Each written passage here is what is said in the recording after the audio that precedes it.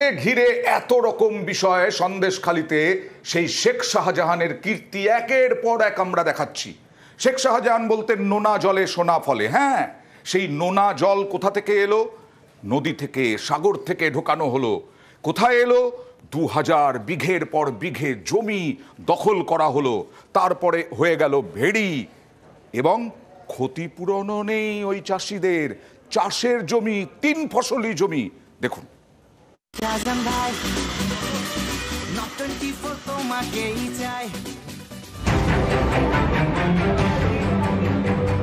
শেখ শাহজাহান সন্দেশখালীর বেতাজ বাদশাহ। অনেকেই বলেন সন্দেশখালীতে শাহজাহানের কথায় বাঘে গরুতে এক ঘাটে জল খেত এবং চাষের জমি মাছের ভেড়িতে বদলে যেত, যেমন হয়েছে কোড়াকাঠিতে। অভিযোগ, কোড়াকাঠির আতাপুরে প্রায় 2000 বিঘা জমি দখল করে শাহজাহান বাহিনী। চাষের জমি দখল করে তাতে তৈরি করা হয় মাছের ভেড়ি। অভিযোগের আঙুল শাহজাহানের ঘনিষ্ঠ শিবু হাজরা এবং উত্তম সর্দারের দিকে। গ্রামবাসীদের দাবি, জমি দখল করতেই মাঠের ফসল নষ্ট করে শাহজাহান বাহিনী। কোড়াকাঠির পাশ দিয়ে বয়ে গিয়েছে রায়মঙ্গল নদী। বাঁধে ফুটো করে চাষের জমিতে নোনা জল ঢুকিয়ে দেওয়া হয়। মাঠের ফসল নষ্ট, চাষিদের মাথায় হাত। অভিযোগ, সেই সময় চাষের জমি দখল করে তাতে মাছের ভেড়ি তৈরি করে শাহজাহান বাহিনী।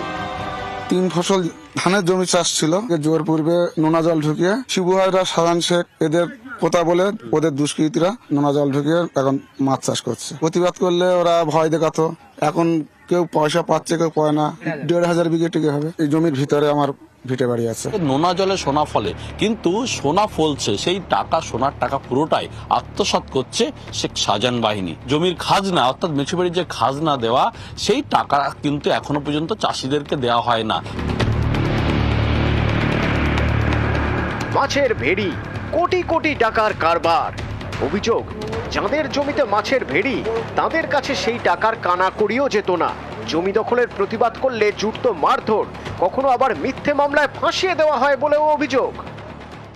কিছু জমি এরা জোর করে জল তুলে দিয়েছে, নোনা জল, রাতের অন্ধকারে মানুষকে হুমকি দিয়েছে, ভয় দেখিয়েছে, আমাদেরকে মারধর করেছে। এটা করেছে শেখ শাহজাহান শেখ, শিবু হাজরা, তারপরে উত্তম সরকার। খাজনা আমাদের 1 টাকা দেয়নি। রাতের অন্ধকারে ড্রিল মেশিন নিয়ে ওরা ফুটো করে জল ঢুকিয়েছে। গ্রামে গ্রামে প্রত্যেকের বাড়ি ঢোকে যে আমাদের সই দাও। আমাকে ব্যাপক মারার পর তারপর আবার থানায় তুলে নিয়ে যায়।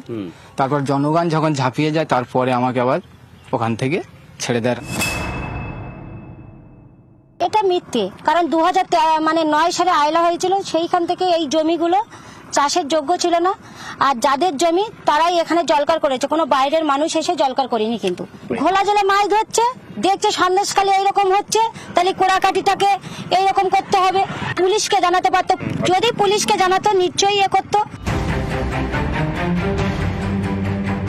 সন্দেশখালী থেকে ক্যামেরায় সঞ্জয়ের সঙ্গে জিয়াউল আলম, নিউজ 18 বাংলা।